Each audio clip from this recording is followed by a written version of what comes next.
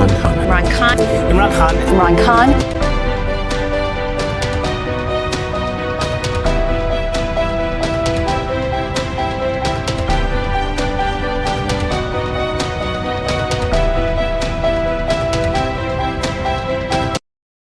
मेरे पाकिस्तानियों,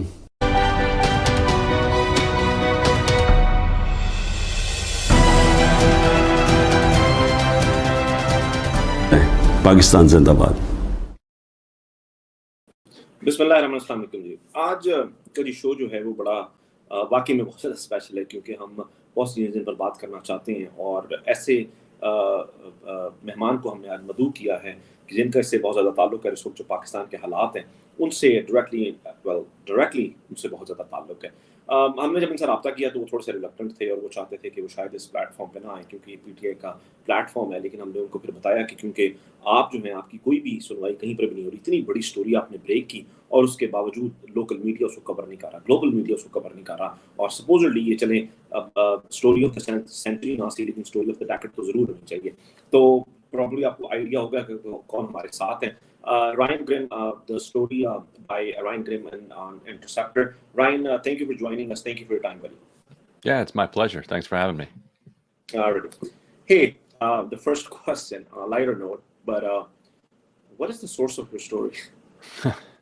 Yeah, that does seem to be what the majority of the speculation is back in Pakistan around this story.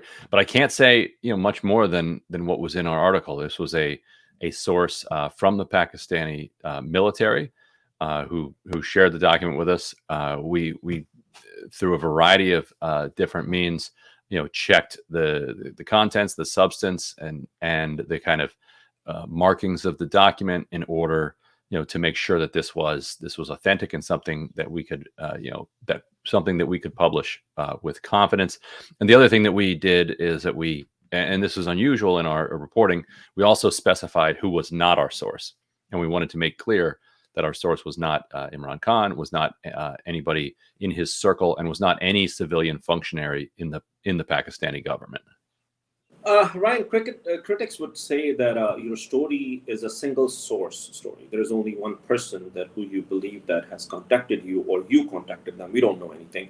Were you already working on this story, or just one fine morning somebody contacted you and be like, we want to give you the story and why don't you publish it? How did it happen? And did you make sure that this one person, because as far as I know, it's a single source story, did you check with the government, their part on this? So as you may know, I interviewed Chairman Khan former Prime Minister Khan back in, I believe, in early June for my podcast, Deconstructed, and my show Counterpoints, or our show Counterpoints. I co-hosted.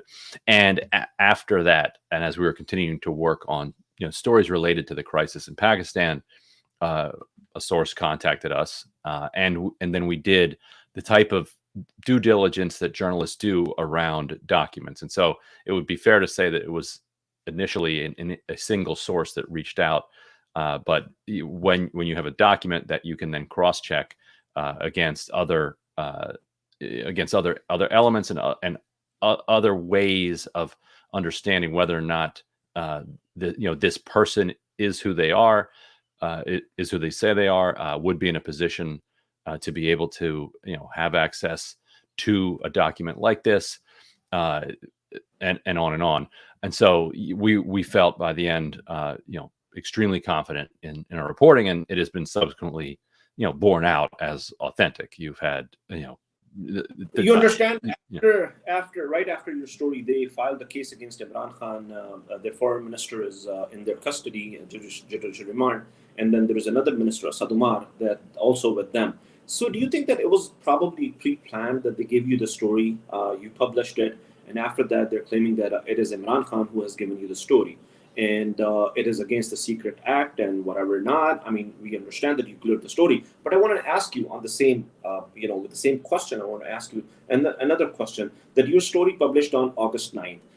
Imran Khan was arrested on August 5th. It's about like a 4-day difference. So I'm sure that you've been working on the story way before August 5th. Were you ever contacted by, or you were in contact with Imran Khan or any of his leadership, any of the party leadership regarding this cipher? Right. No, and in fact, even when I set up the interview with Imran Khan previously, I wasn't directly in contact with him. I was in contact with people around him. The only contact I had with him was during that interview, which we published, which is on air. I did not have any contact with anybody around him or anybody within PTI, during any of the process of the reporting, and that's actually somewhat unusual. Usually, toward the very end, we would go for a comment to everybody involved, and since Khan had publicly commented on this, the standard practice would be that you would go to Khan and or the PTI for comment. Khan, obviously, by the time we published, was in prison, so we couldn't go to him. But we didn't go to anybody in the PTI because we understood that the kind of Pakistani establishment would immediately insist that they were our source. Now, to your other question, no, I don't actually think that this was a setup, because if it were a setup, I think they'd have done a couple things differently. One, I think they might have put something in the document that undermined the document. I think they would have given us the same copy that Khan had access to, and then asked us to publish that copy so that they would have a slam dunk case. This is not the same copy that Khan had? I don't want to comment on what copy we have, but the source would have given us the same copy that Khan had, and they would have asked us to publish the copy of it so that you could then link them directly. So I don't think that the Pakistani establishment needed any extra evidence or information, or to continue to bring cases against Imran Khan. The truth of the allegations doesn't seem to remotely have anything to do with whether or not they file cases and can even attain convictions, if you look at the conviction that he already has. Okay. So regarding the media, then when I asked you, I wanted to ask another question related to that. We understand that in Pakistani media, they got the message from the powerful people not to invite you, not to cover the story, and no one invited you on any national TV. And this is the reason that I thought that maybe we can have a word with you. But why not anything on global media? I mean, this supposedly one of the biggest stories. I mean, it's a regime change by the U.S., by the government. The U.S. government is involved in it. Washington, D.C. is involved in it. Why not? What could be the reason that the global media is not interested in your story? The global coverage has been slim. You've had some coverage in the Guardian. You've had some coverage in the UK press. Obviously, the Indian press has covered it heavily. But you're right. In the United States, the media there has largely ignored, other than pressing the State Department after the story came out on the contents of the cipher, they've largely ignored the story. And there is a U.S. role, and the U.S. State Department, did repeatedly deny what we now know that they in fact did, which was encourage the ouster of Imran Khan. So you'd really have to ask a lot of these other media outlets. But I think you could. There's all sorts of armchair speculation that you could do. I think that if President Trump had been caught in this kind of a lie, I think that you would actually see wall-to-wall coverage of it. But that's not the situation that we're in now. It's the Biden administration, and I think it's probably complicated by the fact that this was related to Ukraine, and in the United States now, support among kind of the traditional establishment for the war in Ukraine is very high, and so maybe it gets too close to that question. But that's all speculation, if some of those editors would come on the program and answer the questions, I'd be interested to hear what they would say. Okay, so we understand that it's a matter of whatever was happening in Russia and Ukraine, and U.S. wanted a different kind of, a specific kind of a response from Pakistan, which they didn't take any sides. But now the thing is it a routine matter for the powerful people, powerful countries, superpower like the U.S. to overthrow whoever they want to, like the prime minister? We have seen in the past too, like in 50s in Iran. We have seen some other places. We see, as a matter of fact, right now too, that they've been doing it. So, do you think that it's okay to do that? I mean, well, do I think it's okay? That's not up to me. But no, I don't personally think it's okay. I wouldn't say that it's common, but I wouldn't say it's unusual either. And you don't have to go back all the way to the 1950s either. You obviously have the violent overthrow of the Iraqi government, but that's a separate question. More recently, you've had kind of the U.S. intervening in political election or in politics in Honduras, for instance. There was a coup there in 2009 that's extremely complicated and involved domestic forces, but had certainly had the support of some elements of the U.S. apparatus, and that's just that's just one example. Like the United States is very willing to put its thumb on the scales of internal politics if they feel like their interests are on the line.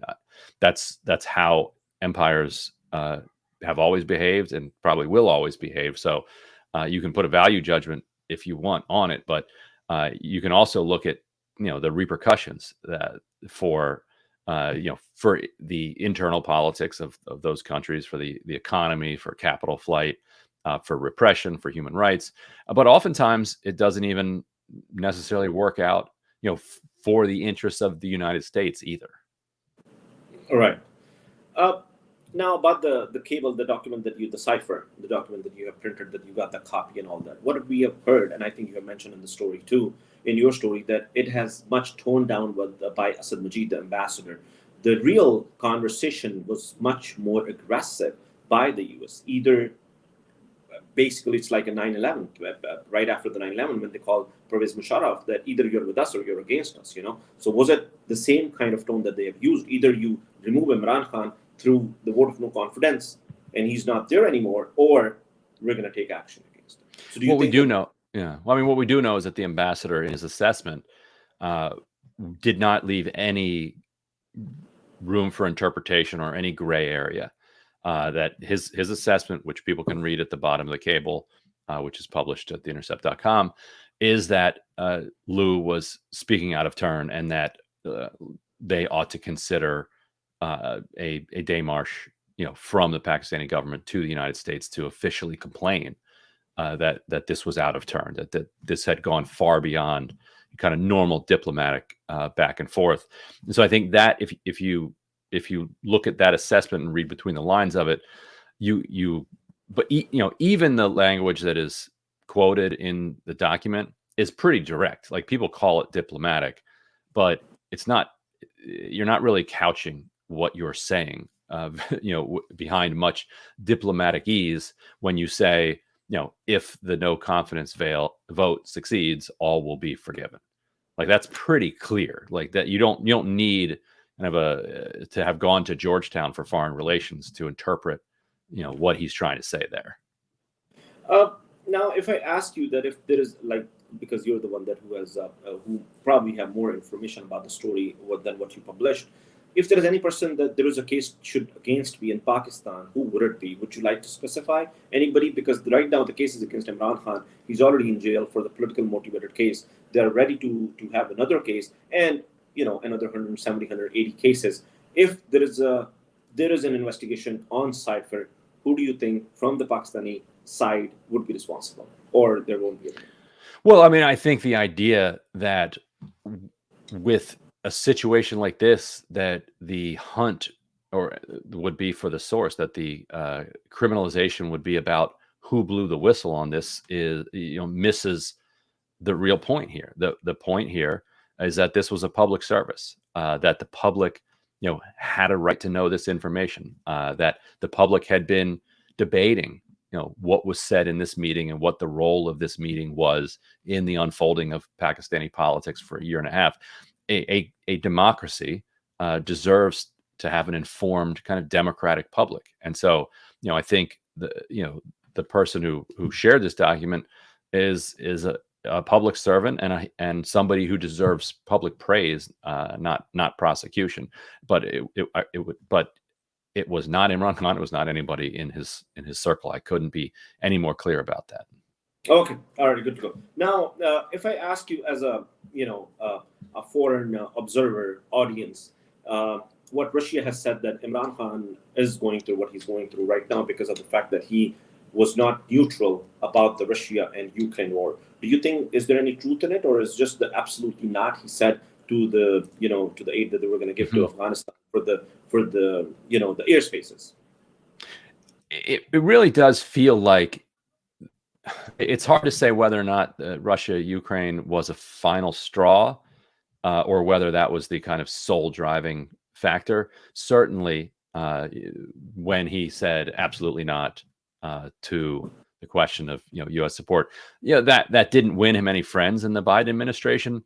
But I think diplomats are used to politicians taking one stand publicly and then taking a separate stand privately, like that. The United States has that arrangement with a lot of leaders and a lot of governments around the world, that we're going to do X, but you're going to tell the public that we're not doing X. Like that's fairly normal. Now, if the State Department believed that he meant what he said, and if that belief was strengthened by his what they called quote unquote aggressive neutrality between Russia and Ukraine, then you could see how those things would then end up being linked up, and they would increasingly see Khan as somebody who's not willing to kind of take orders from Washington.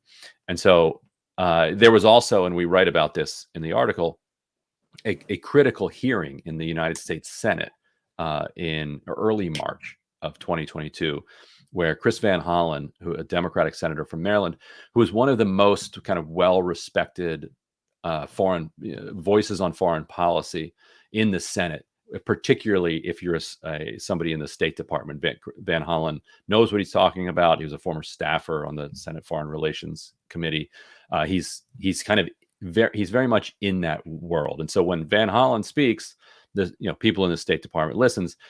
And Van Hollen really called Don Liu onto the carpet and said, you are here complaining. You've complained that Imran Khan is not supporting Ukraine policy, but isn't it your job as a diplomat to speak to somebody in Pakistan ahead of time, that if this is so important to us, that we ought to be, aggressively, using our powers of diplomacy in order to try to get the thing that we want out of the government. So why was the State Department not even bothering to talk to Pakistan? And so this was a very public kind of berating that Liu took from Van Hollen, and then it was only a few days later that this luncheon meeting happens, and you could sort of see kind of Liu kind of taking out the beating that he took on the Pakistani ambassador.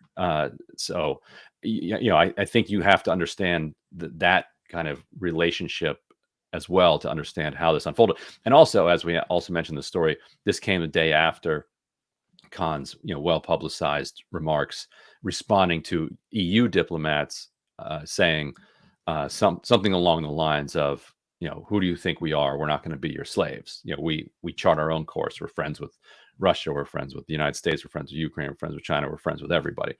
And so I think that those two things, that Senate hearing plus Khan's speech, probably intensified emotions going into it. Okay, so hear me out. Okay, me as a Pakistani citizen, if somebody tells me, whoever that country is, it tells me that we want to remove your elected prime minister and we do not agree with that, don't the U.S. establishment and the people in the Oval Office or whatnot, don't they think that the country is going to have more hatred towards their foreign policy towards them? And this is why, and then they complain about a lot of people in that part of the world do not like U.S. And why would they, if they come up with the policies like this? Imagine this, that a Pakistani establishment is telling the U.S. Ambassador, calling them and asking them to remove Biden, or we're not going to go ahead with you. A country with a 240 million population, a nuclear power, how could you dictate like this? The United States has been doing this, largely since World War II around the world. And the United States manages to maintain, some, significant support from populations around the world. Even in Iran, for instance, there's a lot of kind of support for the idea of the United States, even if there is a lot of kind of hostility towards a lot of American leaders. Some of that has to do with kind of American pop cultural hegemony. Everywhere you go, you hear American music, you see American movies. The ideas that animate America are inspirational to people around the world. But yes, the actual practice of American hegemony creates enormous numbers of critics around the world who say that the ideals that you're preaching and sometimes trying to implement at the barrel of a gun don't match up with what you're doing in practice. The most clear hypocrisy, of course, and contradiction would be that the entire rationale for ousting the democratically elected government of Pakistan was to support sovereignty in a different country, Ukraine. So the entire thing kind of just falls apart amid its own contradictions, just right there at the very beginning. But the United States, foreign policy has always been since World War II to do what it can get away with, and it continues, as a kind of sole superpower to be able to, exercise that kind of power.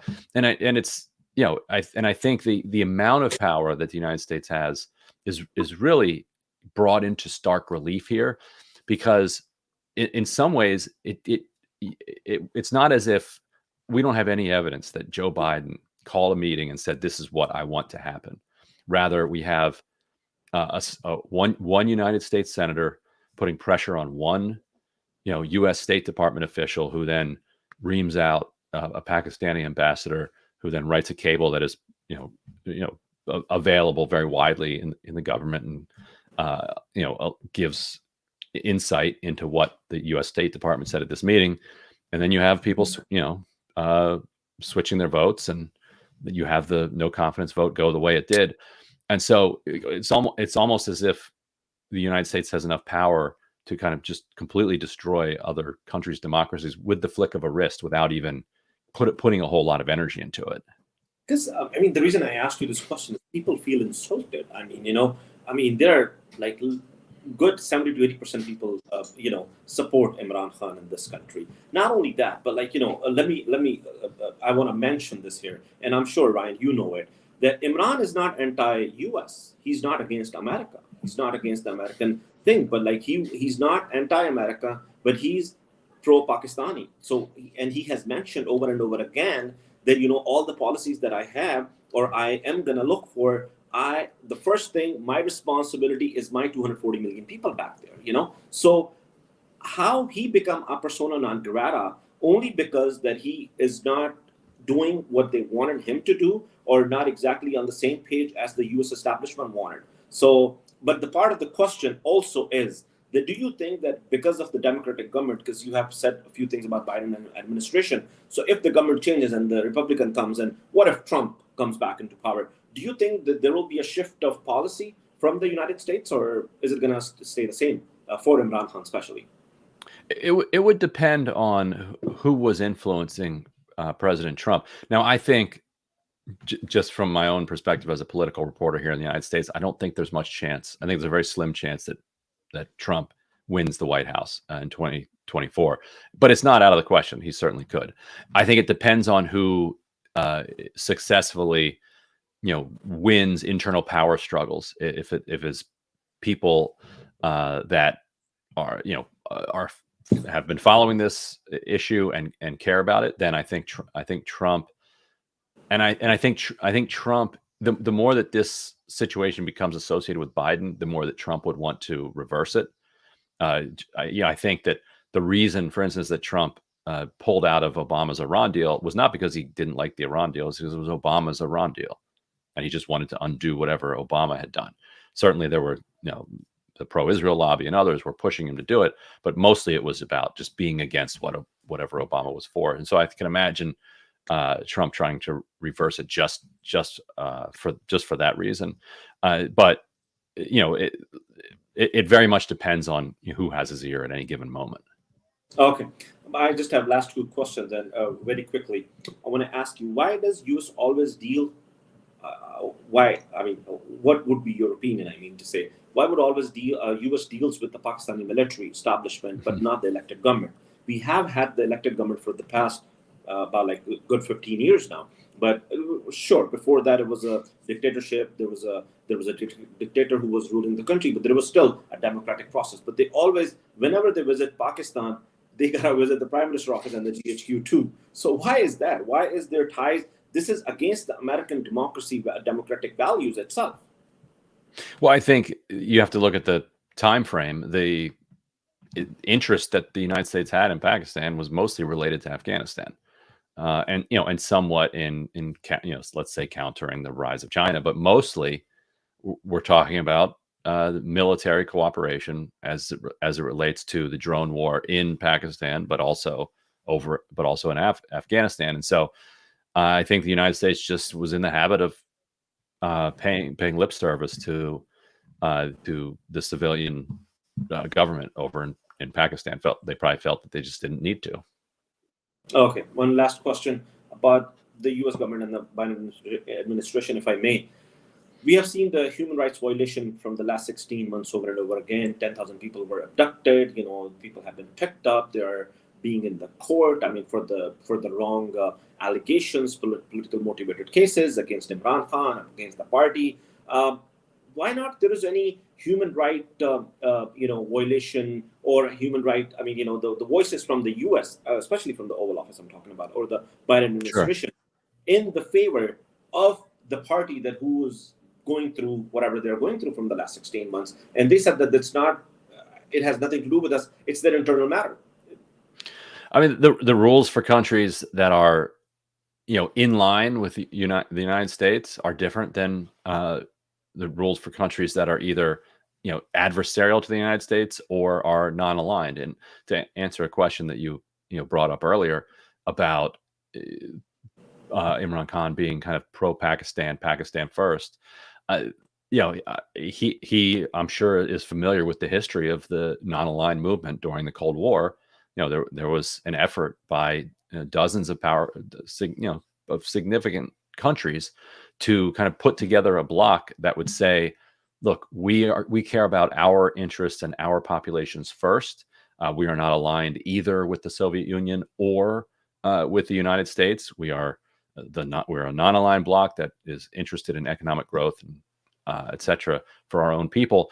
And the United States response to that was to treat people who were non-aligned as adversarial. It was a very, Bush put it into words when he said, you're either with us or against us. But that was kind of the American foreign policy throughout the Cold War. And there's never been a day where the United States said, oh, we're no longer operating under that assumption. Like that is still how we see it, that the United States sees it, that if you are not an active ally in all matters with the United States, then you are an adversary. And so the idea that you can be non-aligned and have the United States treat you as neutral, for the most part, there are some countries that might be an exception. Maybe you're powerful enough, like India, you can kind of get away with that. But for the most part, the United States is just not going to countenance that. And then it's up to that country whether or not they can kind of withstand that pressure. Okay. I said the last question, but because of this discussion, I have another question, and then I'm going to let you go. I'm sorry.